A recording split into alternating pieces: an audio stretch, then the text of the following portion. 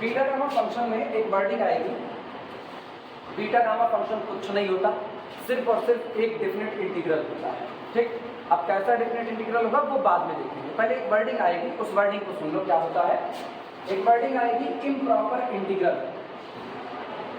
Improper integral बाद में ये चैप्टर भी पढ़ाएंगे, लेकिन अभी नहीं पढ़ा रहे इसको। इम्प्रॉपर इंटीग्रल और एक होता है proper integral. Proper integral proper integral की पहले चर्चा करते हैं। जो प्रॉपर नहीं होंगे वो इम्प्रॉपर बन जाएंगे, लेकिन पहले देखते हैं प्रॉपर इंटीग्रल क्या है। जैसे हम एक इंटीग्रल लीजिए, इंटीग्रेशन फ्रॉम 2 से लेकर के 3 तक, और यहाँ हमने रख दिया x² dx। अब अंदर में जो x² बैठा है ये आपका कौन है? इंटीग्रैंड है, जिसको आप इंटीग्रेट करोगे। और आपकी लोअर लिमिट 2 है, अपर लिमिट कितनी है? 3। एक तो पहले लोअर लिमिट अपर लिमिट का किस्सा। अगर हम लोअर लिमिट की बात करें तो वो 2 है और अपर लिमिट कितनी है? 3। और आपको जो इंटीग्रेशन करना है वो क्लोज्ड इंटरवल 2 से लेकर के किसके बीच में करना है? 3 के बीच में। इसका मतलब इस इंटरवल की लेंथ कोई मांगे कि इसकी लंबाई कितनी होगी, तो हम कहेंगे लास्ट वाला point minus initial point that is equal to कितना? 1। फाइनाइट लेंथ आई कि नहीं आई? तो आप जो इंटीग्रेशन करने जा रहे हो डेफिनेट इंटीग्रल, उसमें आपके इंटीग्रेशन का जो दायरा है वो डेफिनेट है, यानी फाइनाइट है। ठीक, एक तरीका। दूसरा, अगर आप इन दोनों को बारी बारी यहाँ पर रखो तो 2 रखने पर ये 2 की power 2 that is equal to 4, और 3 रखने पर 3 की power 2 that is equal to कितना हो जाएगा? 9। और 2 और 3 के बीच में जो मर्जी वो नंबर लगा दो, आपको एक फिक्स क्वांटिटी ही मिलेगी कि नहीं मिलेगी? 2 और 3 के बीच में 2.5 आएगा, 2.5 की पावर 2 कर दो, फिक्स नंबर कोई ना कोई आएगा कि नहीं? आप 2 और 3 के बीच में 2.89 आएगा, आपकी मर्जी। आप यहाँ x की जगह पर रखो 2.89 का होल स्क्वायर, क्या यहाँ पर एक फिक्स क्वांटिटी आएगी कि नहीं आएगी? तो कुल मिलाकर के आपका ये जो इंटीग्रैंड x² दिया गया है ये बाउंडेड है। बाउंडेड का मतलब बंधा हुआ है। ये मिनिमम और अपनी टॉप वैल्यू दोनों के बीच में बंध रहा है। मिनिमम वैल्यू इसमें कितनी आएगी? अगर हम x² का ग्राफ खींचें तो सोचो x² का ग्राफ क्या होता है? ये पैराबोला जो ओरिजिन से होकर के जाता है, और आप 2 से कहां तक जा रहे हो? 3 तक। देखो ये x बराबर कितना हुआ? 2, और 1 सेंटीमीटर आगे चलो, ये x बराबर कितना? 3। 2 से ऊपर जाओ तो ये, और 3 से ऊपर जाओ तो टकराए यहाँ। मतलब ये y की वैल्यू 2 दूनी 4 और 3 त्रिका 9। तो आपको y की जितनी वैल्यू इस ग्राफ पर मिलेगी वो केवल और केवल 4 से किसके बीच में मिलेगी? 9। कोई भी 4 और 9 को पार नहीं, ना तो 4 से नीचे आएगा ना तो 9 के ऊपर। बन गया कि नहीं बन गया? तो इसका मतलब आपका जो इंटीग्रैंड है ये कैसा हो गया है? बाउंडेड हो चुका है, बंध चुका है। अगर आप जिस दायरे में इंटीग्रेट कर रहे हो वो दायरा फाइनाइट हो, एक बात, और साथ ही साथ आपका जो इंटीग्रैंड है वो उस दायरे में बंधा हुआ फंक्शन है, यानी बाउंडेड फंक्शन है, तो आपका पूरा का पूरा इंटीग्रेशन कैसा कहलाएगा? प्रॉपर इंटीग्रेशन कहलाएगा, प्रॉपर इंटीग्रल होते हैं। ठीक, लेकिन अब की बात देखना, अगर हम इसी को हटा दें, बल्कि हम इसकी जगह पर ये लिख दें 1/x, अगर मैंने ये लिख दिया 1/x, अब दिक्कत देखो, और लिमिट को भी धीमे से हम चेंज कर देते हैं। लिमिट को हम कर देते हैं 0 से लेकर के कहां तक? 3 तक। अब दिक्कत देखना, दिक्कत ये है कि 1/x, 1/, पहले तो दायरे की बात करते हैं। दायरा 3 से कहां? 0 से कहां तक? 3 तक। यानी आप इंटीग्रेट कर रहे हो 0 से लेकर के 3 तक। अगर हम इसकी लेंथ मांगे कि इस दायरे की लेंथ कितनी है, तो आप कहोगे इसकी लेंथ होगी 3 - 0 दैट इज इक्वल टू 3। तो लेंथ तो आपकी कैसी रही? फाइनाइट। लेकिन फाइनाइट लेंथ होने के बावजूद भी अगर आप लोअर एंड लो 0, तो जैसे आप यहाँ पर x को अप्रोच कराओ 0 की तरफ, जैसे जैसे x 0 की तरफ अप्रोच करेगा वैसे वैसे 1/x इंफिनिटी की तरफ अप्रोच करेगा। हाँ या ना? देखो कैसे, ये आपका दायरा है, यहाँ बैठा है 0 और यहाँ बैठा है कौन? 3। 0 से 3 के बीच में कहीं पर 1 आएगा कि नहीं आएगा? अब हम धीमे धीमे 0 के नजदीक जा रहे हैं। जैसे जैसे आप 0 के नजदीक जाओगे आपका 1/x का फंक्शन बढ़ता जाएगा और लगातार बढ़ता जाएगा। कैसे? वो देखिए, यहाँ हमने लिया फंक्शन 1/x। आओ 0 से 1 के बीच में पहले आप 1 ही लोगे, तो 1 लोगे तो इसकी वैल्यू कितनी आएगी? 1। इस पर x इज इक्वल टू 1 पर 0 से 1 के बीच में क्या 1/2 आता है कि नहीं? 1/2। आप 1/2 लो, तो जब आप x इज इक्वल टू 1/2 लोगे तो इसकी वैल्यू कितनी आएगी? 2 आएगी। और जब आप x इज इक्वल टू 1/3 लोगे तो इसकी वैल्यू 3। जब आप x इज इक्वल टू 1/4 लोगे तो वैल्यू 4। तो एक चीज गौर करो, जितना x को छोटा करते हुए नजदीक आ रहे जीरो के, उतना 1/x आपका जो इंटीग्रेंड है वो और बड़ा होता चला जा रहा है कि नहीं। इसका मतलब लिमिट क्या बनी, limit whenever x approaches to 0 our function 1/x approaches to infinity। मतलब जो आपका इंटीग्रेंड था वो इतना बड़ा हो गया कि कोई भी नंबर उसको रोक नहीं पा रहा है, वो हर नंबर के दायरे को पार करता हुआ चला जा रहा है। आज की तारीख में इंटीग्रेंड क्या कहलाएगा, अनबाउंडेड कहलाएगा। आई बात समझ में। तो इसका मतलब दो तरीके आए, एक तो आपने इसको दायरे को देखा, ये दायरा कैसा रहा, फाइनाइट रहा। दायरे के फाइनाइट रहने पर अगर आपका जो इंटीग्रेंड है वो अनबाउंडेड हो गया तो आपका इंटीग्रल अब प्रॉपर नहीं रह गया, वो कैसा हो चुका है, इम्प्रॉपर हो चुका है। क्लियर है ये बातें। फिर अगला सुनो, ऐसा भी तो हो सकता है कि ये तो x ही रहे, लो x dx, अब ये प्रॉपर है, कैसे, मिनिमम वैल्यू 0 और टॉप वैल्यू 3 बता हुआ है कि नहीं, 0 से 3 के बीच में दायरा आपका फाइनाइट है, 0 से 3 के बीच में। अब हम दायरे को बता देंगे, इंटीग्रेट कर दे रहे हैं 1 से लेकर के कहां तक, इन्फिनिटी तक। अब बताओ अब की बार क्या हाल हुआ, अब की बार आपका जो दायरा था वो 1 से कहां तक चला गया, इन्फिनिटी। मतलब या तो लोअर लिमिट या तो अपर लिमिट, दो में से कोई भी एक अगर आपकी इनफाइनाइट हो गई, लोअर लिमिट माइनस इनफाइनाइट हो जाए, अपर लिमिट प्लस इनफाइनाइट हो जाए, या दो में से कोई भी एक हो जाए, तब पर भी आपका ये पूरा का पूरा इंटीग्रल क्या कहलाएगा, इम्प्रॉपर इंटीग्रल कहलाएगा। आई बात समझ में। ठीक, तो इम्प्रॉपर इंटीग्रल जो होते हैं वो इसी टाइप के होते हैं कि उसमें दो बातें देखी जाती हैं। एक, अगर आपका इंटीग्रैंड फाइनाइट है, सॉरी अगर आपके इंटरवल की लेंथ फाइनाइट है, जिस दायरे में आप इंटीग्रेशन कर रहे हो वो फाइनाइट है, तो आपका इंटीग्रैंड क्या हो रहा होगा, अनबाउंडेड हो रहा होगा। और अगर आपका इंटीग्रैंड अनबाउंडेड हो, सॉरी बाउंडेड है, तो आपका दायरा कोई एक लिमिट को क्या दे रहा होगा, इनफाइनाइट, या तो प्लस इन्फिनिटी या तो माइनस इन्फिनिटी। ऐसे जो इंटीग्रल आपको भेंट वार्ता करेंगे वो इंटीग्रल आपके कैसे जाते हैं, इम्प्रॉपर इंटीग्रल बताते हैं। आई बात समझ में। ऐसा भी हो सकता है दायरा भी फाइनाइट दिखे और इंटीग्रल थोड़ा अटपटा सा लगे, जैसे हम लिखते इंटीग्रेशन 1/x - 2 और इंटीग्रेट कर रहे हैं 1 से लेकर के 3 तक dx। अब करो बाकी सब ठीक, 1 पर भी मामला सही है, लेकिन जैसे आप 1 से 3 तक जाने के दौरान सोचो, 1 से 3 तक जाने के दौरान जैसे आप कहां से गुजरोगे, 2 से 2 तक जब आप पहुंच रहे होगे ना, देखो 1/2 - 2 0 की तरफ बढ़ रहे हो कि नहीं। और जैसे आप वेल एवर, अब यहां देखना लिमिट x अप्रोचेस टू कितना 2, तो 1/x - 2 approaches to sorry infinity. ये किधर बढ़ रहा होगा, क्योंकि 1/0 की तरफ बढ़ रहा है। 1/0 बढ़ने का मतलब किधर बढ़ा, इन्फिनिटी की तरफ बढ़ा, फिर से अनबाउंडेड हो गया कि नहीं। लेकिन अब की बार दायरा फाइनाइट है, 1 से 3 तक का दायरा फाइनाइट है, 1 से 3 तक के इंटरवल की लेंथ क्या निकल के आएगी, 3 - 1 दैट इज 2 निकल के आएगी। तो इंटरवल की लेंथ तो फाइनाइट है, ये भी आपको सही सलामत दिखा, लेकिन अब की बार बीच वाला कोई पॉइंट ऐसा था जिस पर वो अपने आप को क्या कर दिया, अनबाउंडेड। इसको बोलते हैं इम्प्रॉपरनेस एट द इंटरमीडिएट वैल्यू, बीच के किसी मान पर आप इम्प्रॉपर हो गए हो। ये सारी चर्चा हम लोग इम्प्रॉपर में करेंगे। नाम क्यों लिए यहाँ पर प्रॉपर इम्प्रॉपर का, क्योंकि जो दो इंटीग्रल हम लोग पढ़ने जा रहे हैं, बीटा फंक्शन और गामा फंक्शन, ये दोनों एक स्पेशल टाइप के इंटीग्रल होते हैं। और ये इंटीग्रल नॉर्मली तो प्रॉपर बने रहते हैं, लेकिन कुछ शर्तों के बाद ये इम्प्रॉपर बन जाते हैं। तो तुमको ये दिक्कत ना आए कि इम्प्रॉपरनेस क्या होती है। अभी समझ में आया हल्का फुल्का। इम्प्रॉपर क्या होगा, या तो आपकी जो लोअर लिमिट या अपर लिमिट है उनमें से कोई एक प्लस इन्फिनिटी या माइनस इन्फिनिटी हो जाए तो आप इम्प्रॉपर इंटीग्रल में हो, और या तो जो आपका इंटीग्रैंड है वो इंटीग्रैंड अनबाउंडेड हो जाए किसी पॉइंट पर, तो आप क्या हो जाओगे, इम्प्रॉपर इंटीग्रल हो जाओगे। क्लियर है ये बातें।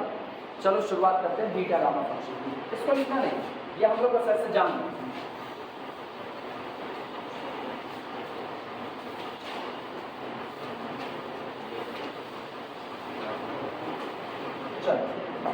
चैप्टर का नाम देखो, beta and gamma function, beta and gamma function.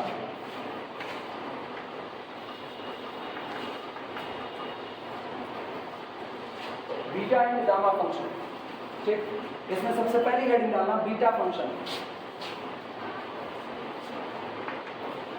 Beta function. Beta function. और बीटा फंक्शन लिख दिए तो अब एक काम करो, बीटा वाला काम कुछ कर लिया जाए। इधर से अटेंडेंस चलाओ, पहले यहाँ तक अटेंडेंस हो जाए, फिर ये तुमने पीछे की तरफ जाएगा। व्हाट इज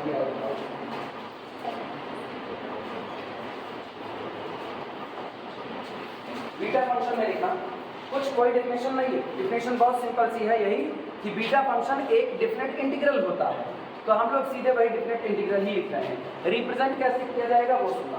रिप्रेजेंट किया जाता है बी एम कॉमा एन, ऐसे लिखा जाता है, पढ़ा जाता है बीटा एम एन, पढ़ा जाएगा बीटा एम एन, लिखा जाएगा बी और ब्रैकेट के अंदर में M comma N. Beta M N is equal to integration from 0 से लेकर के 1 x to the power m minus 1 into 1 minus x to the power n minus 1 dx, where जहां पर वेयर m ग्रेटर देन और equal to 0 और greater than और equal to m greater than 0 comma n greater than 0। इसी integration को हम लोग beta function कहते हैं। Beta M N is equal to integration from 0 से लेकर के 1 x to the power m minus 1 minus x to the power n minus 1 dx, जहां पर m और n ये दो के दोनों ग्रेटर देन कैसे होने चाहिए 0, मतलब दोनों पॉजिटिव बने रहने चाहिए। ठीक, it is a definite integral, it is a definite integral, ये एक निश्चित समाकलन होता है, definite integral, it is a definite integral. ठीक, डबल स्टार करके लिखना। अब बताने चल रहे हैं ये इम्प्रॉपर कब हो जाएगा, ये डेफिनेट इंटीग्रल आपका इम्प्रॉपर में कब बदल जाएगा, लिखना। It is proper integral, it is proper integral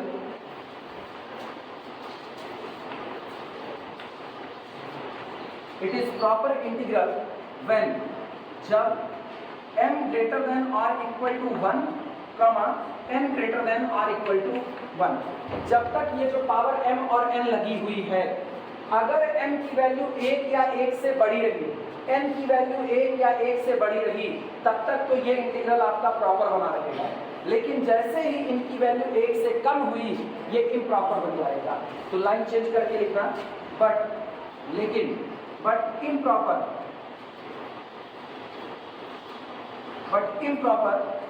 at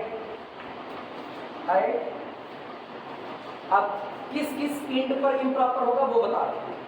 lower and पर इम्प्रॉपर होगा, लोअर एंड मतलब 0 पर इम्प्रॉपर होगा। एट लोअर एंड 0 व्हेन, जब m लेस देन 1। तो लिखो, हम समझाते हैं कैसे हुआ, पहले इस बात को लिखो फिर समझाते। But improper at lower and, लेकिन अब यही डेफिनेट इंटीग्रल अपने लोअर एंड पर इम्प्रॉपर कहा जाएगा कब, व्हेन m लेस देन 1, जब m की वैल्यू 1 से कम होगी। और यही फिर से यहीं से पढ़ा जाएगा, but improper at upper and 1 when, जब कभी m लेस देन कितना होगा 1। अब पहले लिख लो तब समझाएं। जिस दिन m की वैल्यू लेस देन 1 होगी, इम्प्रॉपरनेस आएगी लेकिन लोअर एंड पर आएगी, और जिस दिन m की वैल्यू लेस देन 1 होगी उस दिन भी इम्प्रॉपरनेस आएगी, लेकिन इस बार किस पर आएगी, अपर एंड पर आएगी। कैसे आएगी वो सुनना। इंटीग्रेशन फ्रॉम 0 से लेकर के 1 x to the power m minus 1 और 1 minus x to the power n minus 1 dx। चलो, हम लोगों को कहा गया है कि पहले इम्प्रॉपरनेस लोअर एंड पर आएगी, कब, जब आपका n की वैल्यू 1 से कम होगी। n की वैल्यू 1 से कम, कुछ लो 1 से कम, आधा ले लें क्योंकि पॉजिटिव ही लेना, नेगेटिव आप नहीं ले सकते हो। तो चलो हम लोग कहते हैं m इज इक्वल टू 1/2 ले लेते हैं। जैसे आप m इज इक्वल टू 1/2 लोगे, देखो ये क्या बनेगा, इंटीग्रेशन फ्रॉम 0 से लेकर के 1 x की पावर 1/2 माइनस 1 और 1 minus x to the power n minus 1 dx। किसी को कोई दिक्कत दिखने में? अब ये बन गया, this is equal to integration from 0 से लेकर के 1 और x to the power half minus 1, that is minus half हाँ या ना, और बगल वाला छोड़ देते हैं 1 minus x to the whole power n minus 1 dx। लेकिन ये तो पावर माइनस हाफ है, नीचे भेज दिया जाए। और अगर हम इसको नीचे भेज दें तब देखो ये बन गया 1 अपॉन अंडर रूट एक्स। हाँ या ना, आप जरा देखो limit whenever x approaches to 0 lower and पर ये 1 अपॉन 0 की तरफ बढ़ेगा। 1 अपॉन 0 का मतलब ये किस तरफ बढ़ रहा है? Infinity minus something that is again infinity. क्या इंटीग्रेंड अनबाउंडेड हो गया कि नहीं हो गया? तो इसका मतलब जैसे ही आपने m की वैल्यू 1 से कम चढ़ाई और पॉजिटिव रहे, क्योंकि ये शब्द पहले ही लगा दिए हैं, m और n दोनों कैसे होने चाहिए? पॉजिटिव। तो आप m की वैल्यू -1 -2 मत ले लेना। जैसे ही हमने m की वैल्यू पॉजिटिव लेकिन 1 से कम चढ़ाई, तुरंत x की पावर नेगेटिव हुई, x को कहाँ फेंका? नीचे की तरफ। और जैसे x नीचे गया 1/0 का हिस्सा तैयार हुआ कि नहीं? और 1/0 का हिस्सा मतलब अप्रोचेस टू 0 का हिस्सा, वो आपको कहाँ पर लेके गया? इनफिनिटी। आपका पूरा इंटीग्रेंड क्या हो गया? अनबाउंडेड। एरिया आपका फाइनाइट रहा, जितने के बीच में आपको इंटीग्रेट करना है। आपको 0 से 1 के बीच में ही इंटीग्रेट करना है, तो वो तो लेंथ फाइनाइट है। 0 से 1 तक आते आते इंटरवल में कितनी दूरी तय करोगे? 1 सेंटीमीटर। यही तो हाल है भाई। आप शुरुआत कहाँ से किए? 0। खत्म कहाँ पर किए? 1। बोलो कितनी दूरी तय किए?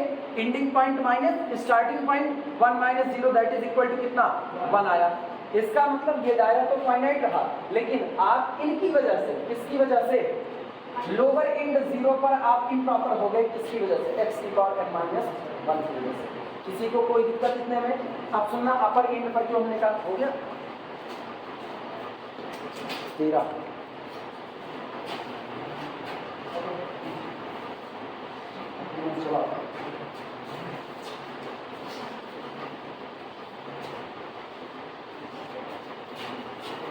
अगली बात सुनो।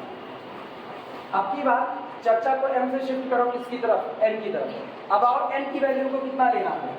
Less than 1। चलो n को भी हाफ सेट कर देते हैं।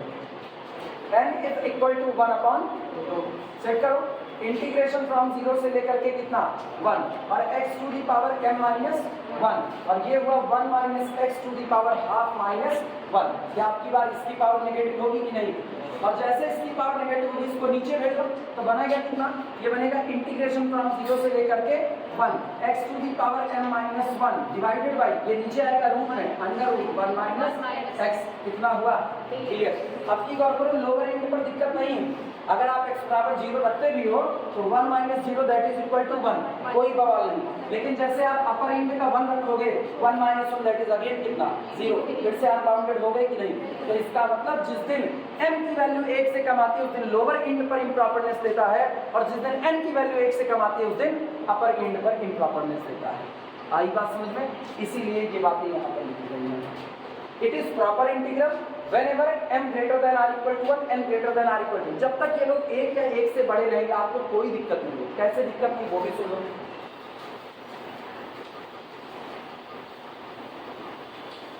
दिमाग दौड़ाना। इंटीग्रेशन फ्रॉम 0 से लेकर के 1 और x टू दी पावर, चलो हम कहते हैं m बराबर 1 n बराबर 1 ले लो, दोनों 1 1 करते हैं।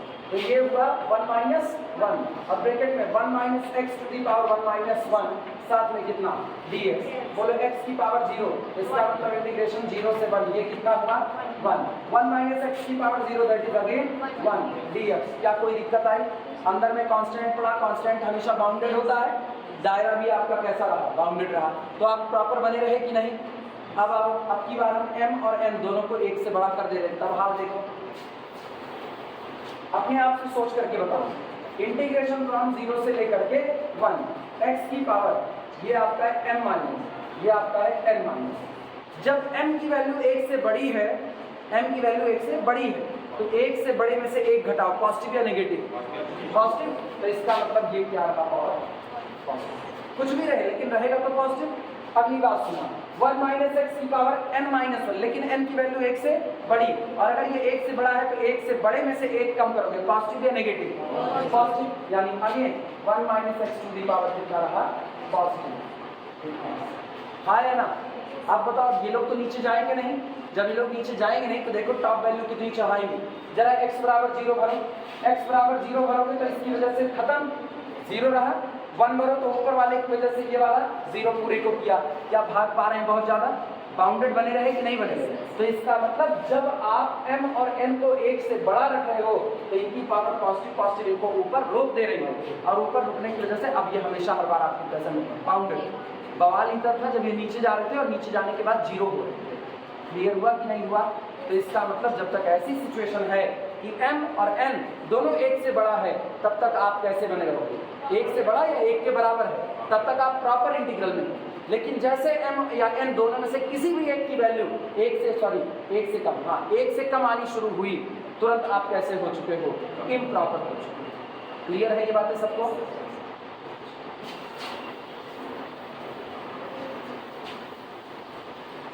चलो मिटाएगा इसको पूरा। फिर अभी इसकी वैल्यू निकालेंगे, इस इंटीग्रल की वैल्यू होती कितनी है?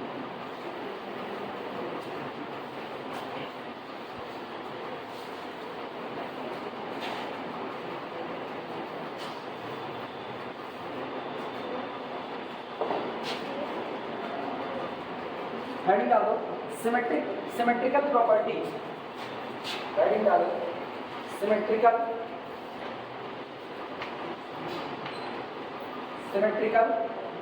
Property of beta function, symmetrical property of beta function, symmetrical property of beta function. आज कौन कौन गायब है? वो तुम्हारे साथ वो नीली शर्ट वाले गायब है। कहाँ गए हैं? कहाँ गए हैं? हाल खबर कुछ पता? हाँ अहिमाने में ही तो है उनका घर, तो तुम्हारे साथ ही तो आते हैं नहीं? साथ बैठते हो, परिचित तो होंगे ही। ऐसा है ना कि व्हाट इज मोबाइल नंबर कभी पूछे ना, पूछे तो हाँ कल आए थे इसलिए आज नहीं आए। कल क्लास बंद हो गई तो वो सोचे आज क्या ही जाए, एक दिन की ब्याज पे चला लेते हैं क्लास में। और एक जो वायरिंग करवा रहे थे वो किसके परिचित में है? जो वायरिंग करवा रहे थे, 4 लोग गायब हैं। 4 लोग मेरी निगाह में चढ़ रहे, एक दिन आना एक दिन जाना, एक दिन आना एक दिन जाना ना। छड़े तुष्टा छड़े रुष्टा, तुष्टा रुष्टा छड़े छड़े, अव्यवस्थित चित्ता नाम प्रसादो अपनी फैन करा। ये गड़बड़ हालते हैं ना। जिनके परिचित में होंगे कान में बात डाल देना, आज के अटेंडेंस छूट गई। आज के अटेंडेंस छूटने का मतलब है शनिचर, कल है शनिचर, आज दावत दे रहे हैं शनिचर की। गलत है।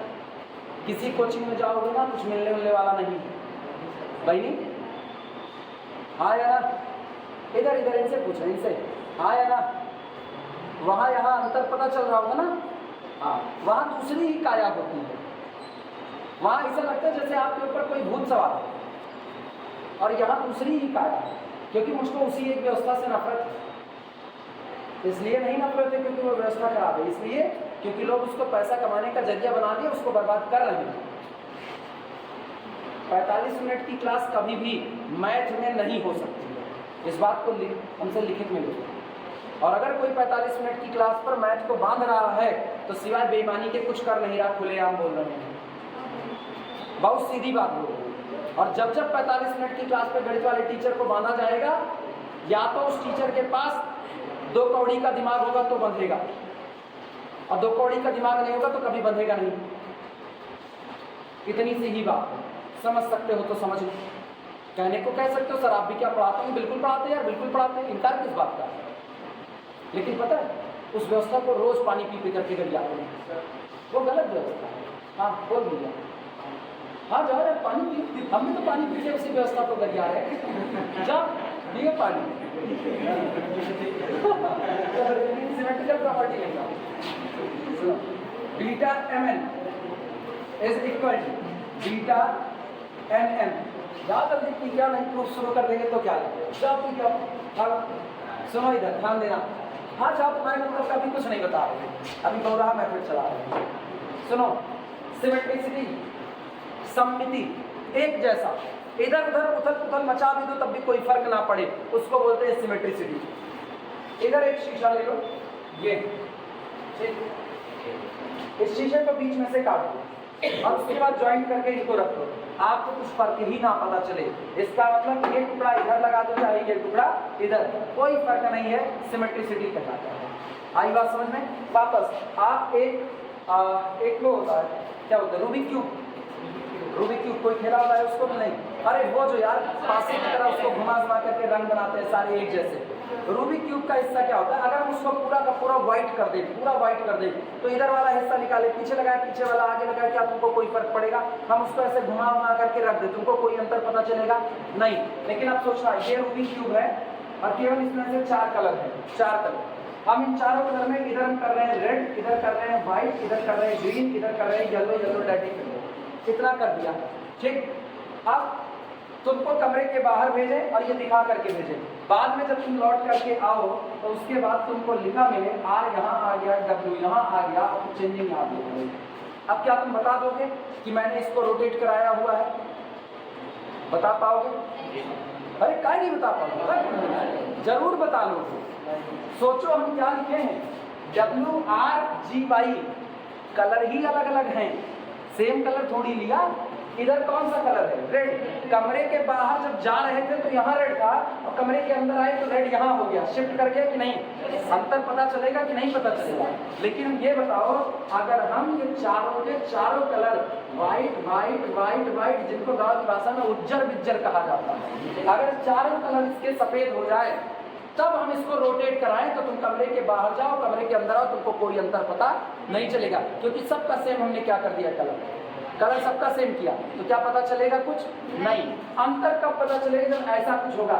इसमें रोटेट कराने के बाद भी अंतर पता नहीं चल रहा है, इसीलिए इसी चीज को जब अंतर हो फिर भी पता ना लगे, उसको सिमेट्रिसिटी कहा जाता है।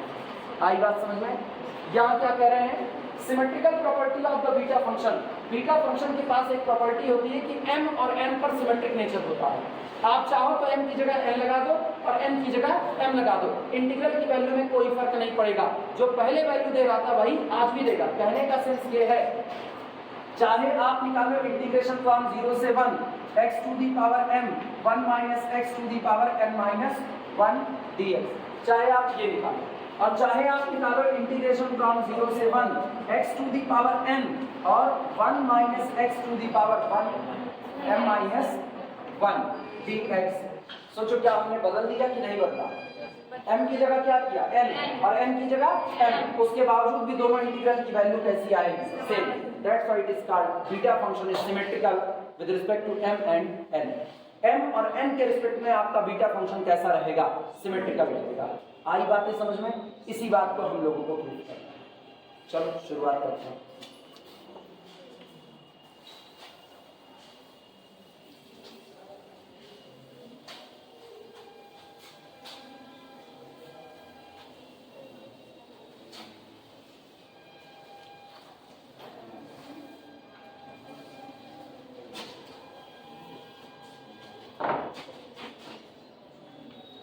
चलो शुरुआत करो, प्रूफ लिखना।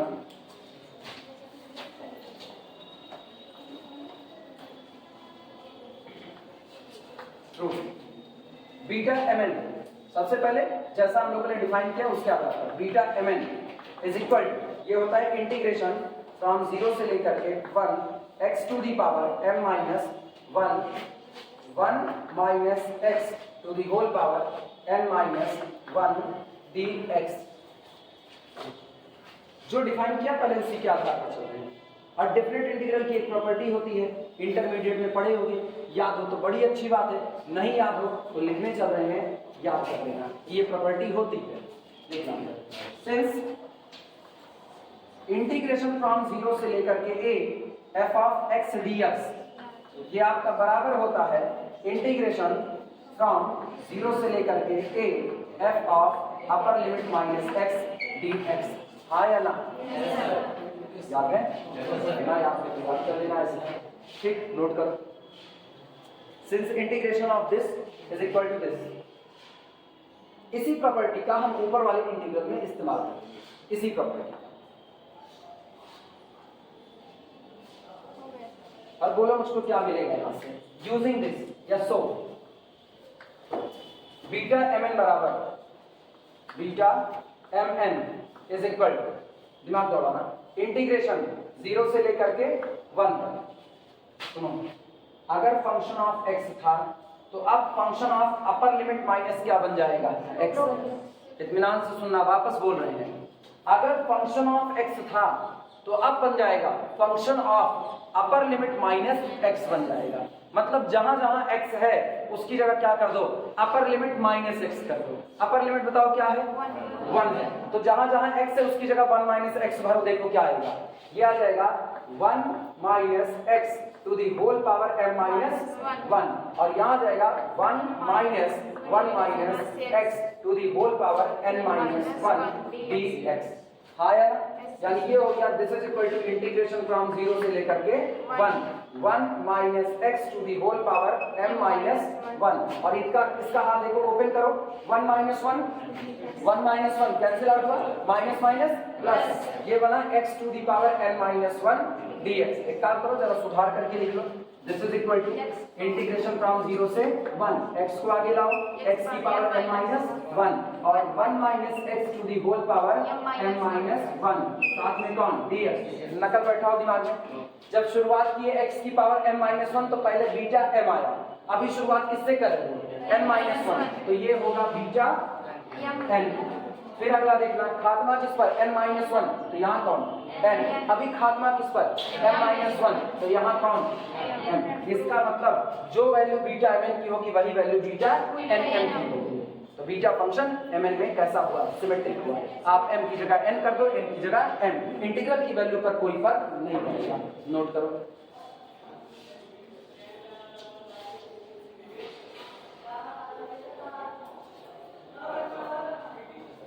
1 घंटे 20 मिनट की क्लास होती है, इतने इत्मीनान से कैलकुलेशन किया जाए। 45 मिनट की क्लास में काहे का कैलकुलेशन करोगे, क्या पढ़ाओगे, खुद बोल रहे हैं। अब ये तुम लोगों के ऊपर है ना, क्योंकि पढ़ने तो तुम ही लोग जाते हो, तुमको समझ में तो आए कैसे वहां पर कैसे चल रहा है। 45 मिनट की क्लास में या तो कैलकुलेशन ही कर लो, या तो समझा ही लो, या तो पढ़ा ही लो। भगवान वाले के आप क्या क्या कर सकते हो। और कोचिंग वाले जितने होते हैं इनके साथ एक बड़ी समस्या होती है, बैचेस पे बैचेस ये दुमे पड़े रहते हैं, एक के बाद एक अगली बैच लगाए रहेंगे, एक बैच के चक्कर में दूसरे का नुकसान, दूसरे के चक्कर में अगले का, अगले के चक्कर में अगले का। स्पष्ट इससे यहाँ पर बात करें, रिकॉर्ड पे ये बात करें, हम खुद पढ़ाते हैं, लेकिन जब तक हम खुद पढ़ाते थे अकेले इंडिविजुअल, तब तक हम कोचिंग वाले नहीं हुआ करते थे। तब तक हम गणित को गणित के तरीके से लेके चलते थे। ये तो पहली बार जब हम 5 साल बाद किसी के साथ जुड़ते हैं तो मुझको पता चलता है यहाँ पूरा का पूरा एकदम मतलब कह दो ना बैतरणी नदी बह रही है, कंडीशन इतनी बदतरीन हो गई। 45 मिनट की छोटी छोटी क्लास लगा दी है, अब पता नहीं कैसे सिलेबस को खत्म कर लेते हैं 45 मिनट। है इन लोगों की अपनी कहानी, और फिर भी लड़के भगे रहते हैं, क्लास छोड़ करके भाग जाएंगे किसके दम पे, उन्हीं के दम पे, चाहे समझ आए चाहे ना आए। और इत्मीनान से पढ़ाओ तो भी नहीं समझ में सब, ये सब गफलत में मत घुसो। हाँ, ये दुनिया बहुत गंदी हो चुकी है। यहाँ टीचर्स डे बस सेलिब्रेशन तक के लिए रह गया है बस, और रह नहीं गया ना। वो गुरु शिष्य परंपरा चली गई, अब नहीं रह गया।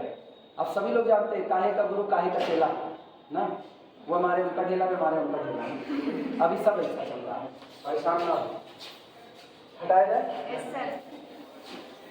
लेकिन स्टूडेंट को जब तक ये अकल आएगी तब तक बहुत देर हो चुकी है।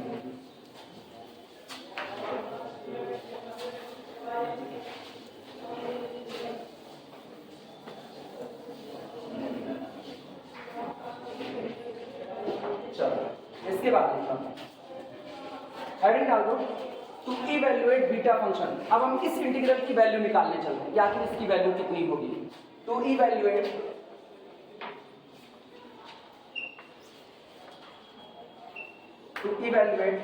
बीटा फंक्शन, बीटा फंक्शन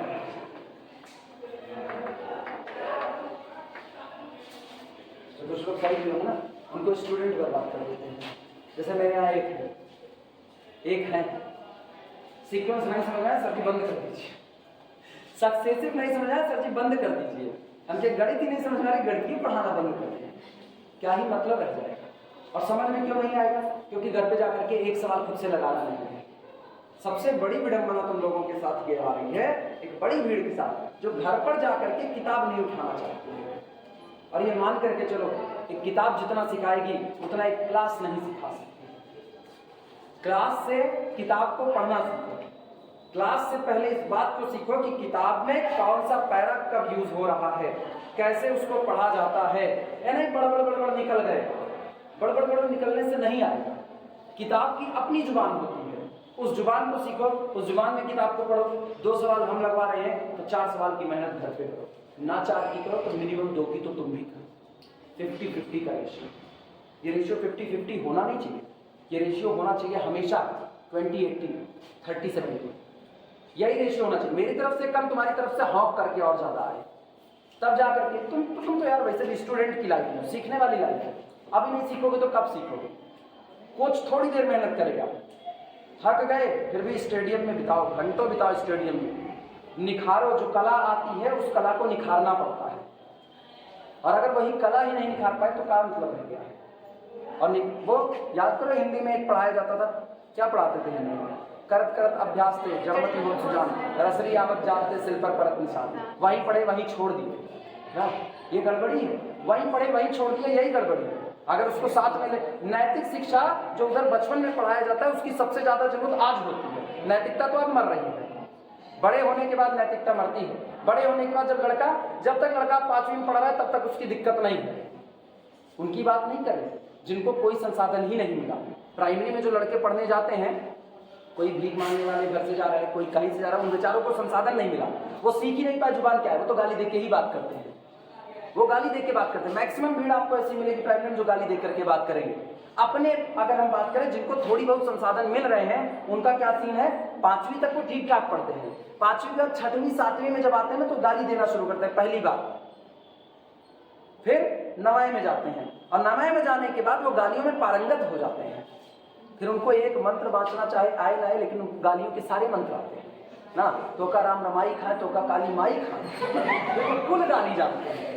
विडंबना इस बात की है, नैतिक शिक्षा आज चाहिए, अपने आप बहुत पहले ही निपटा दी जाती है। पढ़ा दो वही नैतिक शिक्षा, इधर जरूरत ही नहीं। तो इधर अभी तुम लोगों में बता रहे ना, क्योंकि ग्रेजुएशन में हाल होता है, यहाँ से निकलेंगे उसके बाद आपस में ही बात कर रहे हैं, आपस में ही माँ बहन की गाली चालू हो गई है। तुम सोच लो ना, छिपी बात नहीं, ओपनली बात है। यही कॉलेज के कैंपस से निकलो, लड़के मिल जाएंगे तुमको, फूल ही झड़ते हैं मुंह से ना, फूल ही झड़ेंगे। आपस में बात कर, हम तो ताज्जुब ये करते हैं यार, कैसे बर्दाश्त करता है कि सामने वाला तुमसे बात कर रहा है, तुम्हारा दोस्त ही सही, लेकिन गाली देके कैसे बात कर लेगा? मारो मुंह छूट जाए, दांत अंदर हो जाए। लेकिन नहीं, आपस में बड़े प्रेम से बतियाते हैं, हंस करके। वो 2 गाली उनको दिए, 2 गाली उनको दिए, मतलब ऐसा लग रहा है गिफ्ट का आदान प्रदान चल रहा है। चॉकलेट डे, हक डे, पता नहीं कौन सा डे लगाते लगाते आप उसमें आ गए, किलो गाली डे भी आ गए। बवाल इस बात का है। कब जरूरत पड़ी नैतिक शिक्षा की? अब यहाँ डिग्री कॉलेज में आ गए, आप इसको वहां छोड़ाए। तुम लोगों में हरकतें बताएं क्या होगा? आज सुने हो हरकतें छोड़ना ना, आज बता दो। ये हाल होता है, तीसरे साल तक पहुंचते पहुंचते ये बैग गायब हो जाता है। इस बैग की जगह एक कोई रफ ले लेती है, जिसको आप मोड़ करके खोस लेते हो पैंट में, और एक पेन ऊपर लगा लेते हो और ढूंढते हुए चले आते हो, जा रहे पढ़ने। जिस दिन तुम्हारा बैग छूट गया ना, उस दिन मान के चलो तुम अपना बचपन छोड़ आए हो कहीं बहुत पीछे। जब तक बैग है तब तक बचपन है, क्योंकि इस बैग में किताब होगी, सीखने के लिए होगा। जहां बैठोगे इस बैग में 2 किताब निकाल के पढ़ो, और ये बैग छोड़ करके आए हो मतलब बहुत कुछ छोड़ा है पीछे। और जब छोड़ आए तो मतलब क्या कर गया? बचपन ही तो सीखने का होता है। सवाल इस बात का नहीं है कि सिर्फ और सिर्फ पढ़ाई भर के लिए चल चुके हो, सवाल इस बात का है जिसके लिए चले हो उसके लिए और भी चीजें साथ में लानी थी, जिनको तुमने बहुत पहले ही छोड़ दिया। तो पढ़ाई कहाँ रह गई? पढ़ाई तो बहुत पीछे छूट गई। अब कल की क्लास बंद हुई, चाहे जिस वजह से बंद हुई, आज घर बैठ गए, आज बैठ गए, अब आना नहीं। अब 1 दिन की क्लास उनकी हो गई, काहे? वीडियो पा जाएंगे, देखना पूरा चैप्टर खत्म होने के बाद डालेंगे। अभी तो वीडियो नहीं पड़ रहा। टू इवैल्यूएट बीटा फंक्शन, चलो इसकी वैल्यू निकालते हैं। बीटा फंक्शन यानी बीटा इंटीग्रल की वैल्यू क्या होती है? सबसे पहले जो इंटीग्रल था उसी को लिखो, बीटा mn जो आपके पास मौजूद था, लिखना बीटा mn बराबर beta mn is equal to integration from 0 से 1 x to the power m minus 1 minus x to the whole power n minus 1, साथ में कितना? dx। नाम दो इक्वेशन नंबर पर इसी समय इक्वेशन, ठीक। आप सुनिए, इसमें केस बनेंगे। केस क्या बन सकते हैं वो सुनो। क्या m और n के ऊपर अगर देखो तो m और n के ऊपर केवल बस एक शर्त है, बस m greater than 0 n greater than 0, और तो कोई केस है नहीं। मतलब उसने केवल दो बातें कही, m और n दोनों आपके पॉजिटिव होने चाहिए, बस इतना ही कहा। लेकिन पॉजिटिव की दुनिया तो भरी पड़ी है कई लोगों से। पॉजिटिव में आपके रेशनल भी आते हैं, पॉजिटिव में आपके इरेशनल आते हैं, और रेशनल इरेशनल के झगड़े में कुछ रेशनल आपके नेचुरल नंबर बन जाते हैं, हाँ या ना। अगर हम n की वैल्यू 1 2 3 4 सो ऑन चुने तो क्या वो नेचुरल नंबर है कि नहीं? तो पहला केस हम यही डील करेंगे कि जिसमें m कौन हो जाएगा, नेचुरल नंबर। दूसरा केस डील करेंगे जिसमें n कौन हो जाएगा, नेचुरल नंबर। तीसरा केस डील करेंगे जिसमें m और n दोनों क्या हो जाएंगे, नेचुरल नंबर। क्या क्या फर्क पड़ सकता है सब देखना है। लिखो केस फर्स्ट, पहला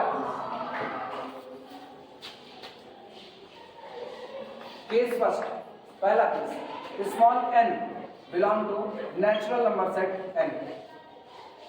हम n को क्या बना दे रहे हैं, नेचुरल, मतलब n बराबर 1 होगा, 2 होगा, 3 होगा, 4 होगा, 5 होगा। n बराबर कभी भी 3/4 नहीं होगा, वो जब रहेगा वो कौन रहेगा, नेचुरल। पहले केस का हिस्सा है बस। दूसरे केस में हम लोग किसको नेचुरल बना देंगे, m को, और तीसरे केस में हम लोग m और n दोनों को क्या बना देंगे, नेचुरल बना देंगे।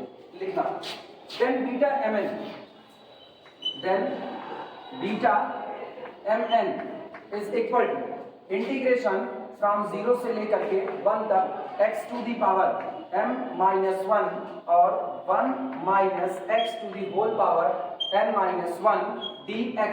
और एक काम करो, अब इसमें बाई पार्ट लगाओ, एक को मानो फर्स्ट फंक्शन और एक को मानो सेकंड फंक्शन। हम लोग कहते हैं, हम लोग इनको मान लेते हैं फर्स्ट फंक्शन और इसको मान लेते हैं सेकंड फंक्शन। यूपी बोर्ड वाले रट्टा मारा बचा याद करो, पहला अवकलन गुणे दूसरे का समाकलन माइनस पहले का अवकलन गुणे दूसरे का समाकलन पूरे का समाकलन। सीबीएसई बोर्ड वाले अपनी भाषा में याद करें ना, वो लोग जान ही रहे हैं। फर्स्ट फंक्शन सेकंड का, बोलो बोलो, फर्स्ट फंक्शन सेकंड का इंटीग्रेशन माइनस पहले का डिफरेंशिएशन सेकंड का इंटीग्रेशन पूरे का इंटीग्रेशन। चलो लिखो, दिस इज इक्वल टू पहला फंक्शन एज इट इज छोड़ दो, 1 minus x to the whole power n minus 1, पहला फंक्शन। दूसरे का क्या होगा, इंटीग्रेशन। अच्छा ये बताना, सोच करके जवाब दो, x to the power m minus 1 का इंटीग्रेशन dx कितना होगा, 1 upon m minus 1 plus 1 x to the power m minus 1 plus 1। क्या ये और ये कैंसिल आउट हुआ, यानी आता है x to the power m upon. सहमत हो इस बात से? जिनको दिक्कत लगे कॉर्नर पर नोट कर लेना। हम सीधे लिख रहे हैं x to the power m upon कितना, हाँ या ना। और पूरे की लिमिट कितनी चढ़ जाएगी, 0 से लेकर के कहां तक, 1। पहला फंक्शन दूसरे का इंटीग्रेशन, ठीक। अब फिर माइनस पहले का डिफरेंशिएशन और दूसरे का फिर इंटीग्रेशन। तो पहले का डिफरेंशिएशन, इनका डिफरेंशिएशन देखना कितना होगा, n माइनस 1, हाँ या ना, into 1 minus x to the power n minus 1 minus 1 that is n minus 2। और इसके बाद अंदर वाले का डिफरेंशिएशन, 1 माइनस x का डिफरेंशिएशन 1 का 0 माइनस x का माइनस 1। पहले का डिफरेंशिएशन दूसरे का इंटीग्रेशन, और सबको पता है दूसरा कौन, x की m माइनस 1, इसका इंटीग्रेशन अभी अभी निकाले कितना, x की पावर m अपॉन m। तो ये हुआ इंटू x की पावर m अपॉन m, और पूरे का क्या इंटीग्रेशन dx, लिमिट 0 से लेकर के ये सामने नोट करो।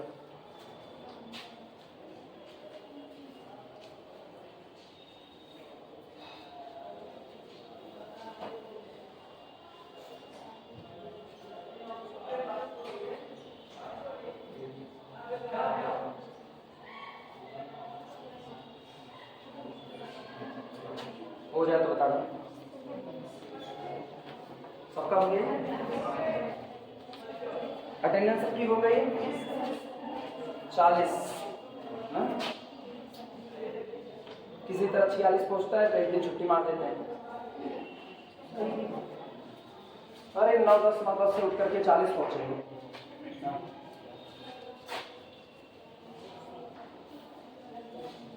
सुधरेगा सुधरेगा, आज नहीं कल सुधरेगा। चलो फिर वापस आओ।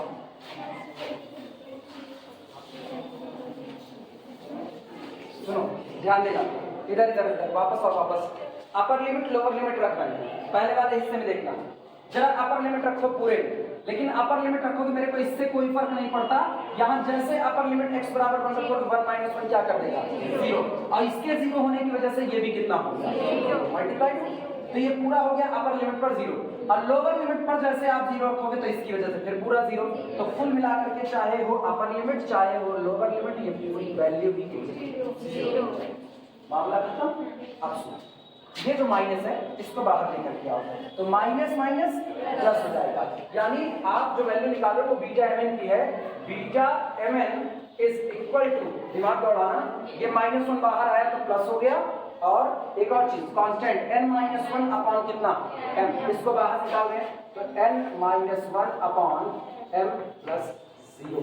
क्या किसी को दिक्कत? हम चाहे m लिखें चाहे m प्लस 0 लिख रहे हैं, कुछ सोच करके बताएं क्या सोच करके, दिमाग लगाओ। आपने एक ही बार इंटीग्रेशन किया है, कितनी बार? एक बार, और एक बार इंटीग्रेशन करने से बाहर कौन आया n-1, और अगर इधर देखो यहाँ 1 है तो इसके जस्ट नीचे कौन है 0, एक कम है कि नहीं? तो इसका मतलब कल को मेरे दिमाग में चल रहा है अगर खुदा न खास्ता n-2 आया तो नीचे कौन आना चाहिए? एक कम, 2 से एक कम m+1 आना चाहिए। ये सेटिंग होती है, आप शुरुआत से ही करके चलो इसको। अच्छा, अंदर के हिस्से में देखो क्या बचा, इंटीग्रेशन फ्रॉम 0 से लेकर के 1 और x to the power m, और फिर 1 minus x to the power n-2 dx लिखा जा सकता है कि नहीं? नोट करो।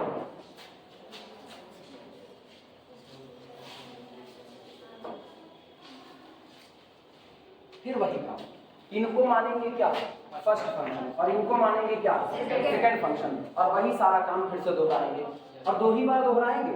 इसके बाद अपने आप समझ आ जाएगा कि हो क्या रहा है। एक बार again integrating, again integrating it, इसे एक बार फिर से इंटीग्रेट करने पर ये हो गया तो मिटा दें इसको। चलो इंटीग्रेट करते हैं, बीटा mn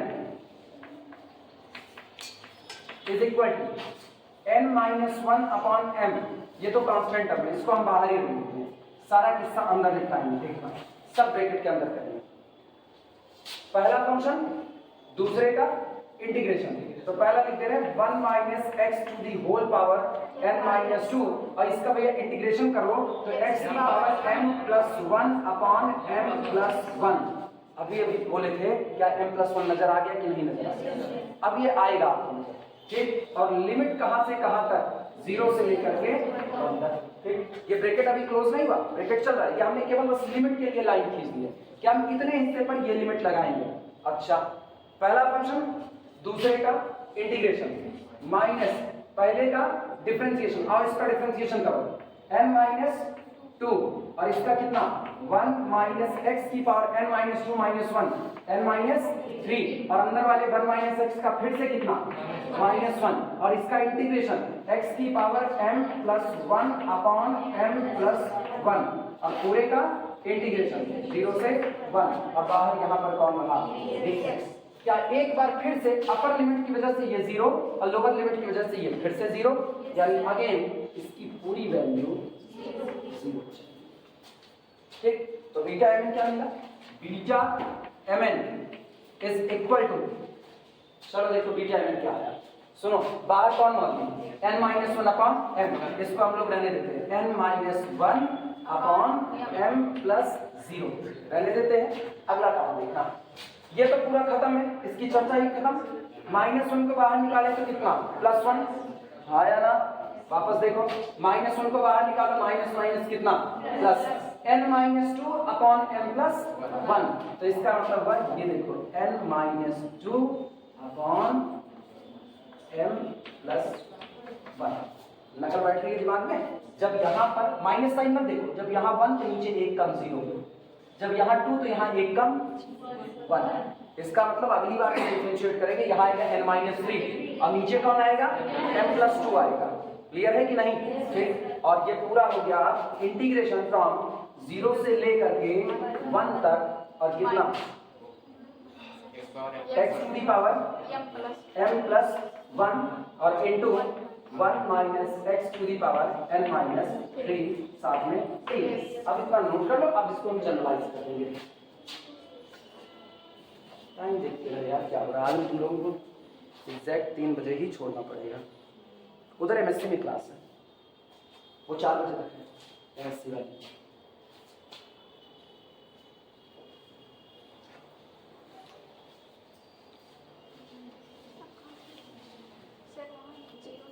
कहाँ पर 0?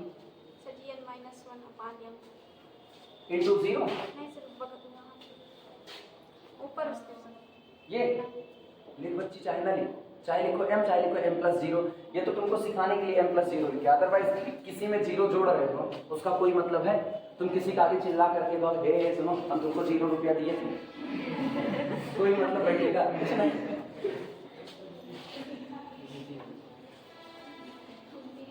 ऐसे ही किसी यार दोस्त के पास जा करके कहो, बता यही यार आज बुलाइए, कल है तुमको खाए दे रहे, कल तुम चॉकलेट खा दे रहे, पूछेगा क्या छोड़ दे रहे, 0 चॉकलेट खा दे रहे, कोई मतलब नहीं। खाने को चाहेगा तो बात बराबर है। लिख लो फिर अगला दवाई इसमें ना। अब ये पूरा प्रोसेस हम लोग रिपीट करेंगे।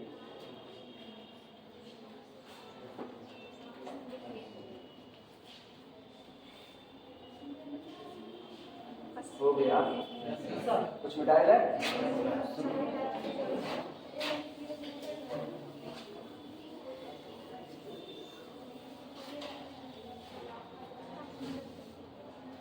पहला वाला कहाँ पर लिखे? वहां पहले लिखना। रिपीटिंग दिस प्रोसेस,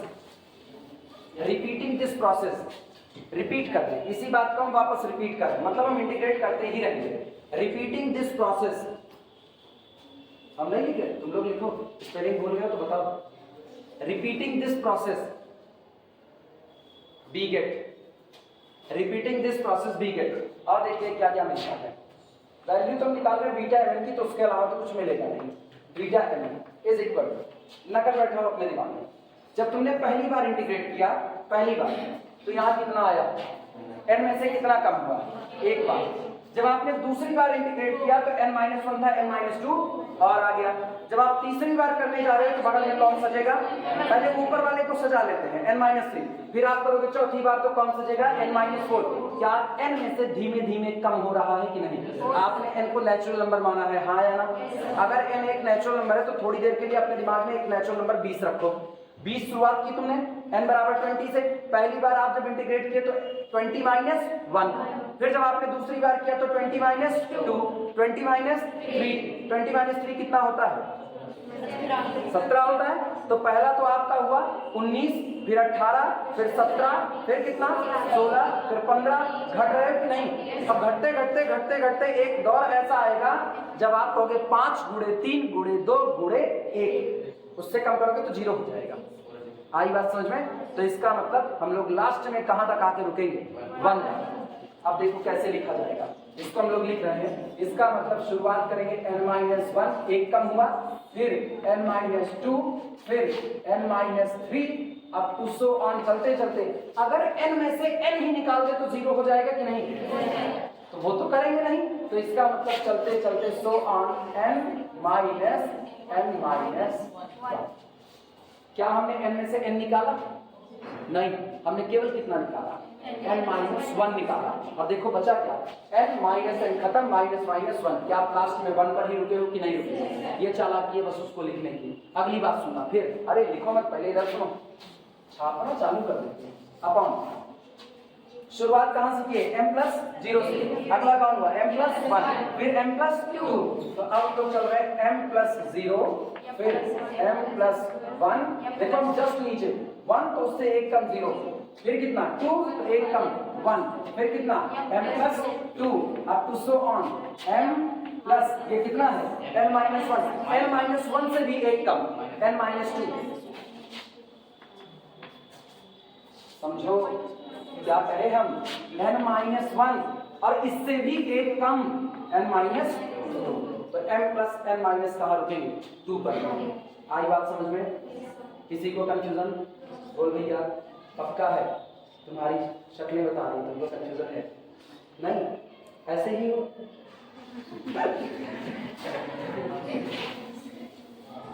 नहीं होता मतलब कुछ लोगों की शक्लें ही ऐसी होती हैं। जैसे मेरी शक्ल है, मेरे को कोई सीरियस बोल ही नहीं सकता। हम सीरियस में तब भी लोग कहते हैं ये बंदा सीरियस हो ही नहीं सकता, जबकि हम बहुत सीरियस हैं, पढ़ा रहे हैं, बहुत सीरियस है। इतना सीरियस आदमी कहाँ मिलेगा पढ़ाते हुए, लेकिन फिर भी लोग हमको कहते हैं ये सीरियस नहीं हो सकता। अगला सुना, फिर इंटीग्रेशन फ्रॉम 0 से लेकर के 1। दिमाग दौड़ाना, जब आपने पहली बार इंटीग्रेट किया तो x की पावर m, दूसरी बार किया तो x की पावर m प्लस 1, दूसरी बार किया तो m प्लस 1, तीसरी बार करोगे तो m प्लस 2, चौथी बार करोगे तो m प्लस 3। पावर का कुछ इशारा मिल रहा है? ठीक, अब सुनना आगे। आप पहले 1 माइनस एक्स वाले को डील कर ले तो उससे कुछ इशारा मिल जाएगा। कुछ मिटाना पड़ेगा, ये वाला मिटा दे, ये मिटा दे रहे हैं। अपनी अपनी कॉपी में देखना, हम बोल रहे हैं, सुनो कॉपी में देखो। 1 माइनस एक्स पर टारगेट करो, 1 माइनस एक्स पर। जब पहली बार इंटीग्रेट किए, पहली बार, ठीक, तो गौर करना, नीचे तुम यहाँ पर क्या पाए, यहाँ पर बाहर n-1 पाए थे। Yes sir. पहली बार जब तुमने इंटीग्रेट किया तो यहाँ कितना पाया, n-1। और गौर करो उस दौरान इंटीग्रेशन के अंदर 1 माइनस एक्स की पावर कितनी मिली थी, n-2 मिली थी। आया ना? बाहर आप देख रहे हो n-1, लेकिन अंदर पावर मिल रही थी n-2। अच्छा, दोबारा जब इंटीग्रेट किए तो देखो यहाँ कितना, n-2, तो यहाँ 1 माइनस एक्स की पावर क्या मिल रही है, n-3 मिल रही। मतलब जो नंबर वो यहाँ पर लगा है माइनस के बाद, उससे एक ज्यादा यहाँ पर मिल रहा है कि नहीं मिल रहा है। अब तुम खोजो लास्ट का नंबर क्या लगाए हो, n-1 नंबर ये लगाए हो। जो नंबर यहाँ है इससे 1 माइनस एक्स की पावर कैसी मिलेगी, यहाँ पर एक ज्यादा मिलेगी। हाँ या ना? वापस सुनो सुनो सुनो, जिनको कंफ्यूजन है देखिए, n कोई दिक्कत नहीं, माइनस माइनस कोई दिक्कत नहीं, लेकिन अगर यहाँ 2 है तो यहाँ उससे एक ज्यादा कितना है, 3 है। समझ में आएगा? तो इसका मतलब अब गौर करना, हम यहाँ लिख रहे हैं 1 माइनस एक्स की पावर, यहाँ कौन है, n, तो यहाँ कौन बनेगा, n, माइनस है तो माइनस, यहाँ कौन है, अरे उल्टा कर रहे हैं यार, फिर सुनो, उल्टा कर दिया ना तुम लोग ने, ध्यान दिया अभी। n-2 ऐसा देख रहे थे पूरा पूरा, तो यहाँ l, तो यहाँ कितना n, माइनस तो माइनस, यहाँ कितना n-1, इससे एक ज्यादा करो कितना n, n-1 से एक ज्यादा n, तो n-n, कुल मिला के 1 माइनस एक्स की power 0, that is equal to 1। सहमत हो इस बात से? नोट करो पहले 1 माइनस एक्स की पावर n-1। पैटर्न पकड़ो, पैटर्न एक बार पकड़ में आ गया सब हो गया, नहीं आया तो कुछ नहीं हुआ। फिर पैटर्न दिखा दे, अगला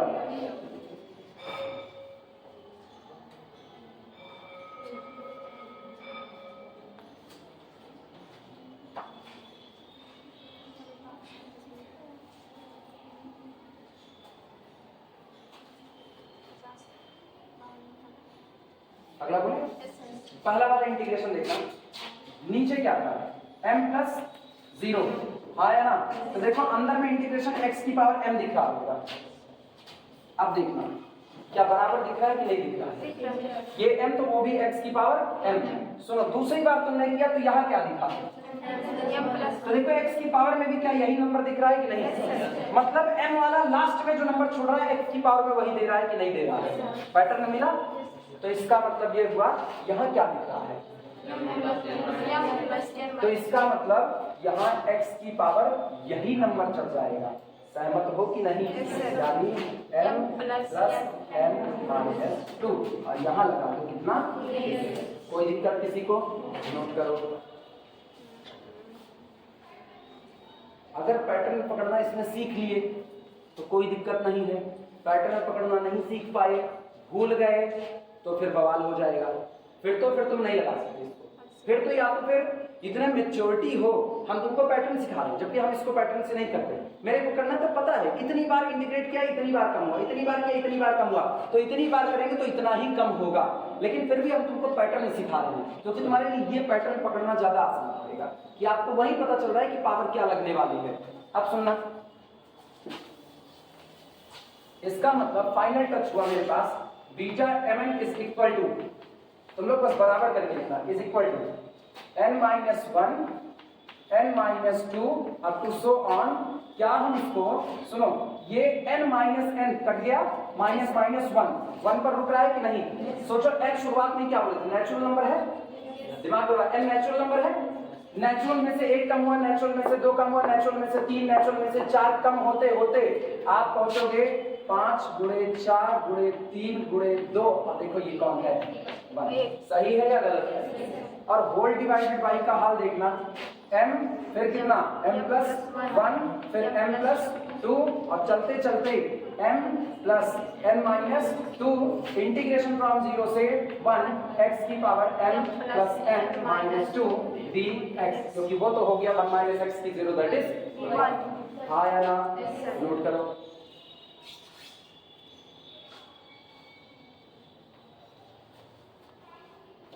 एक ही केस हो पाएगा।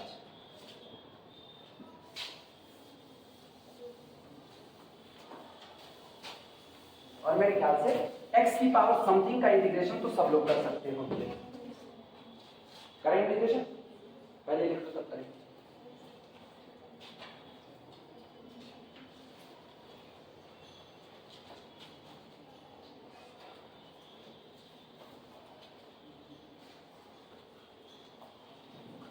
हो गया सबका?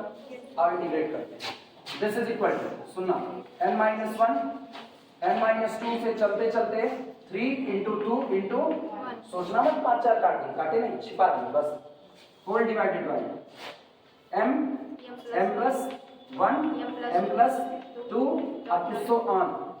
ध्यान दें, m प्लस n माइनस 2 बना रहे हैं, ये डॉट डॉट डॉट है, नहीं तो लोग सीधे लिखो। अब इसका इंटीग्रेशन करें, इसका इंटीग्रेशन करोगे तो 1 upon m plus n minus 2 plus 1। सहमत हो कि नहीं? और इसके बाद x की power m plus n minus 2 plus 1 और लिमिट लगाओगे 0 से लेकर के 1 तक। हाँ या ना? सहमत हो? ये कौन बना? ये पावर कौन बनी? m plus n minus 1। हाँ या ना? तो ये बन गया आपका, this is equal to n minus 1 n minus 2 से चलते चलते 3 इंटू 2 इंटू 1, सारे लोग इधर देखो, whole divided by m plus 1 m plus 2 so on, m plus कितना, n माइनस 2। ऐसे नहीं, अभी नहीं, ऐसे देखो, यहाँ m में 0 जुड़ा है, यहाँ m में 1 जुड़ा, फिर m में 2 जुड़ा, बढ़ रहा है कि नहीं बढ़ रहा है? तो m में कौन जुड़ा? n minus 2। और अब यहाँ से देखना, ये उसी पैटर्न पर है, m में कौन जुड़ेगा? n minus 1। n माइनस 2 बड़ा कि n माइनस 1 बड़ा? हर बार बड़ा जोड़ रहे हैं कि नहीं? तो देखो m plus 1 m plus 2 m plus 3 so on, m plus n minus 2 m plus n minus 1। और इनका हाल देखना, ये लिमिट वाला, तो ये कुछ भी हो, अपर लिमिट 1 रखोगे तो कितना? 1, और लोअर लिमिट 0 रखोगे तो 0, तो कुल मिला के इंटू 1। ये आपका इंटीग्रल निकल गया। This is the value of beta mn when n be the natural number. ये वैल्यू, और पता है ऊपर वाले को समेट करके क्या n-1 फैक्टोरियल लिख सकते हैं कि नहीं लिख सकते? ऊपर वाले को, तो इसको हम और शॉर्ट कर रहे हैं, this is equal to n-1 का फैक्टोरियल। अब बटे, गलती से भी कोई नीचे वाले को फैक्टोरियल में नहीं बांधेगा। क्यों? आपने m को नेचुरल नंबर नहीं कहा है, हाँ या ना? और फैक्टोरियल नेचुरल नंबर पर लगाते हो ना। फैक्टोरियल 10 का मतलब होता है 10 गुणे 9 गुणे 8 गुणे 7 गुणे 6 गुणे 5 गुणे 4 गुणे 3 गुणे 2 गुणे 1। कभी ऐसा नहीं हुआ है 3/2 गुणे 1/2 गुणे 1 समथिंग, ऐसा नहीं है, ठीक? तो इसका मतलब इनको फैक्टोरियल पर मत बांधना, ऊपर वाले को बांधो n-1 का फैक्टोरियल, और नीचे वाला एज इट इज छोड़ देना, m इंटू m प्लस 1 से चलते चलते सो ऑन m प्लस n-1 तक आ जाना। ये रहा बीटा mn, इस इंटीग्रल की वैल्यू यानी बीटा फंक्शन का मान ये निकल करके आएगा अगर आपका n नेचुरल नंबर है, लेकिन m कुछ भी हो सकता है तब।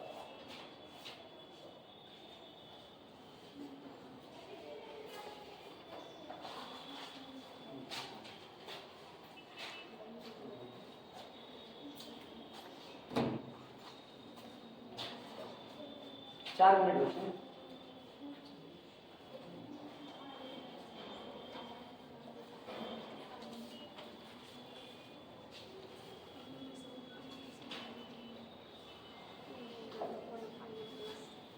ये सेमेस्टर वाइज जो पढ़ाई है ना, ये पता पता नहीं क्या है, मन खट्टा कर रही है, इससे पढ़ाने का मन नहीं कर रहा सेमेस्टर वाइज।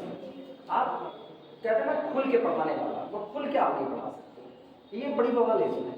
अभी एमएससी की क्लास है प्रीवियस, अब वो एमएससी में जितने अलजेब्रा की जरूरत है पूरा काट करके यहाँ 5वें सेमेस्टर में डाल दिए हैं।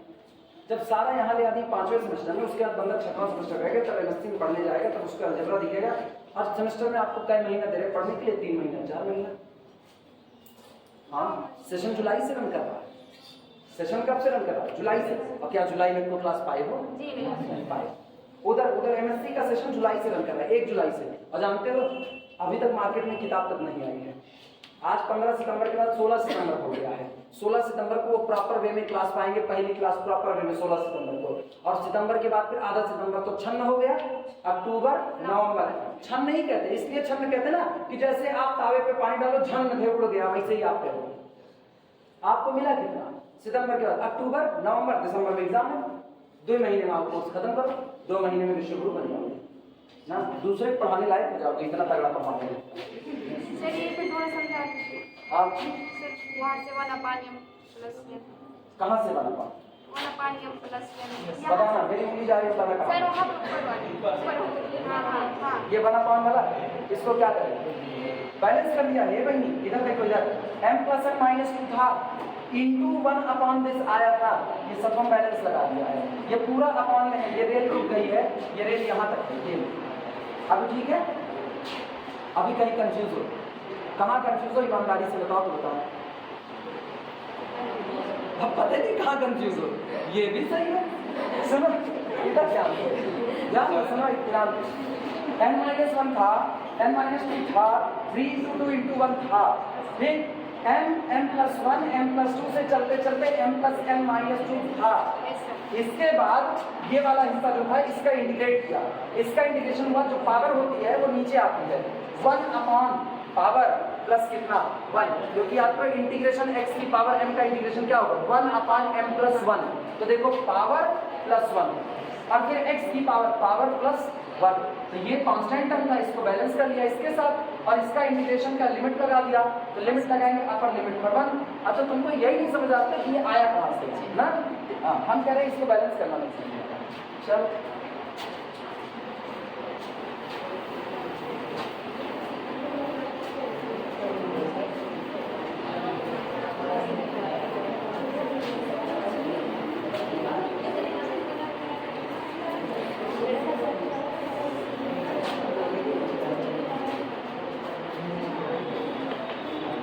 बचपन बचपन में एकदम गर्म तावा जब मम्मी कहती थी ना जय कर रख के आधा बर्तन मारो तो मना करते तो उस पर गर्म पानी न डालें, नहीं तो किसी पीठ जलती है। अच्छा लॉजिक था ना, और रोकने का था रीजन। जब आप पता है आग से जलना कम कष्टदायक होगा भाप से जलने से, फिजिक्स पढ़ने वाले जानते हैं ना, कुछ सरफेस एरिया वगैरह की बात होती है। तो जब तावे पे गरम एकदम तावा गरम है उस पर पानी डालो और वो भाप तुम्हारे मुंह पर आए ना, तो देखो डिजाइन बन जाएगी, बस ढंग से आए वो एक बार बस, उसके बाद ना तुमको रामलीला में जाने में कोई रोक नहीं सकता है। ये हो गया। इसके बाद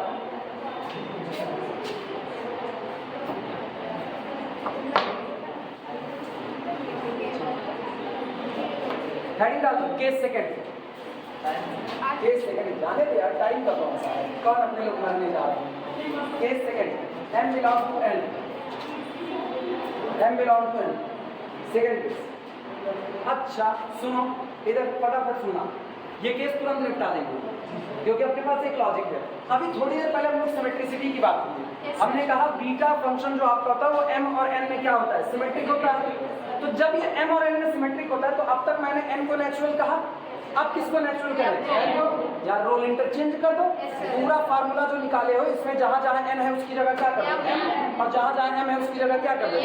लग गया कि नहीं लग गया? लैंग्वेज लिखो, लिखो since beta mn is symmetric, since beta mn is symmetric, since beta mn is symmetric in m and n, in m and n, ऐसे लिखा है since beta mn is symmetric, symmetric in m and n। सो इसलिए beta mn बराबर लो, beta mn बराबर, ये सामने नीचे formula लिखा है, केवल एक काम करो, n की जगह क्या लगा m, तो ये हो जाएगा m माइनस 1 का फैक्टोरियल और डिवाइडेड बाई आपकी क्या होगा n प्लस 1 n प्लस 2 से चलते चलते n प्लस m माइनस 1। सही या गलत? सही है, नोट करो। ये केस केस थर्ड, m और n दोनों नेचुरल नंबर हो जाए तो क्या होगा? केस थर्ड, अरे नहीं, दोनों ऊपर नीचे मत कर देना, हो गया सिमेट्रिसिटी की बात। अब नहीं, केस थर्ड, अब जानते हो जब दोनों ही नेचुरल हो जाएंगे तो अब तक केवल एक हिस्सा नेचुरल होता था, ध्यान से सुनना, अब तक केवल एक नेचुरल होता था, तो अपर वाला ही आप फैक्टोरियल में बांधते थे। अब आप करो दोनों नेचुरल है तो आप नीचे वाले को भी किस में बांध दोगे? फैक्टोरियल में। अब ये भी फैक्टोरियल में बनेगा, तो मतलब कुछ होगा नहीं, फार्मूला थोड़ा बदल जाएगा। अब तक जब हम कर रहे थे तो हमने कहा n नेचुरल है, m कुछ भी हो सकता है, तो कुछ भी में नेचुरल कर दिया। जब तक वो कुछ भी हो सकता था तब तक आप फैक्टोरियल पर नहीं बांध सकते थे, फ्रैक्शनल हो जाता, बटे में ना बनता। लेकिन जब कुछ भी में वो पर्टिकुलर अपने आप को नेचुरल कर लेगा तो ये चीजें अब फैक्टोरियल में बनना चालू हो जाएंगी कि नहीं चालू हो जाएंगी? तो इसका मतलब यही फार्मूला रहेगा, बस आप फैक्टोरियल में समेट करके लिखोगे। आई बात समझ में? लिखना इस बात को। Case third, m, n both belong to n, m, n both belong to natural number set n। ठीक, लिखना। ऊपर जो दोनों केस है ना, दोनों में से कोई भी एक, दो केस आपने ऊपर बनाए, एक बार आपने किसको कहा? नेचुरल m को, फिर एक बार किसको कहा? n को। अब आप किसको करें? दोनों को। तो ये बताओ जब दोनों ही नेचुरल हो गए तो पहला केस भी होल्ड, दूसरा केस भी होल्ड, क्योंकि पहला केस n को नेचुरल मानता है और दूसरा केस m को, और आप तो दोनों को नेचुरल कह रहे हो, तो क्या दोनों केस फेल होने वाले हैं? नहीं, दोनों में से जो मर्जी वो केस उठा लो। लिखना, take any one, take any one case, take any one case from above, from above। ऊपर मौजूद केस में से कोई भी एक केस आप चुन लीजिए, take any one case from above।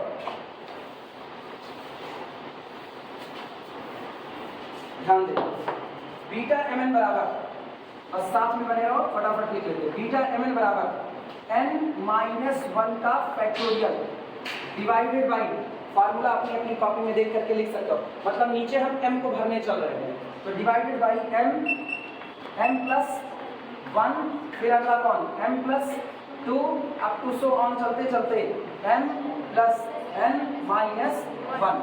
सही या गलत? नोट कर।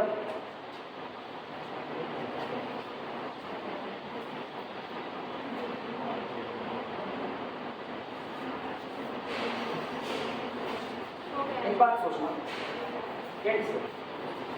ऐसे ही बात सोचना, हम लिख रहे हैं 10 गुणे 11 गुणे 12 गुणे 13 गुणे 14 गुणे 15, लिख दिया। कोई दिक्कत किसी को होनी तो नहीं चाहिए, ठीक है। अगर इसको समेटे, इधर सोचो, अगर इसको समेटे तो हम लोग इसको फैक्टोरियल पे लिखना चाहेंगे, लिख नहीं सकते हैं। क्यों नहीं लिख सकते?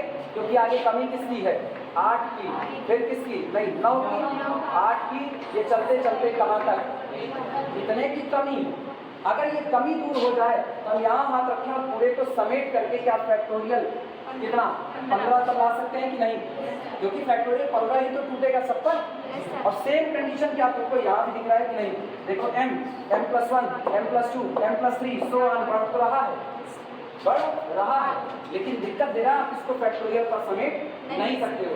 तो एक काम करते हैं, हम लोग यहाँ मल्टीप्लाई करते हैं m-1 के फैक्टोरियल का और डिवाइड लगाते हैं m-1 के फैक्टोरियल से। बताओ सही किया या गलत किया? m-1 फैक्टोरियल से डिवाइड लगाया, m-1 फैक्टोरियल से मल्टीप्लाई किया। लिखो, समझाते हैं, देखो तुम्हारे लिए दूसरा रास्ता ही तलाश कर लेंगे।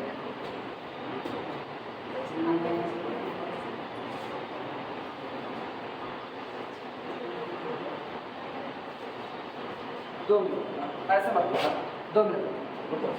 ना एक तो टाइम प्रेशर कम हुआ ना, वो टाइम कम बैठा, सब बवाल है एमएससी की क्लास का 3 साल। अच्छा सुनो, हड़बड़ी लग, ठीक है, हम इसको और आसानी से समझाएंगे, लेकिन अभी रुके रहो, इतने तक लिख करके रोक देना। जब लास्ट क्लास होगी, लेकिन ये भी याद रखना, इतने पर छोड़ रहे हैं तो एक बात मान के चलना, जब अगली क्लास अपनी आएगी, कब आएगी? कल नहीं है यार, कल तो वैसे भी ना होती ना, कल तो उनकी शिक्षक सर की होती ना। तो अब अपने लोग मिलेंगे बृहस्पतिवार को, बृहस्पतिवार को मिलेंगे, तो उसके पहले ही बुधवार को ये पूरा एक बार रिवाइज कर लेना, ठीक है। जब पूरा एक बार रिवाइज कर लोगे तो उस दिन सुनो तुम लोग टाइपिंग करो, लेकिन इधर से हम इसी केस से शुरुआत करेंगे, ठीक है। कवर कर लेना इतने से, इतने पर रोको।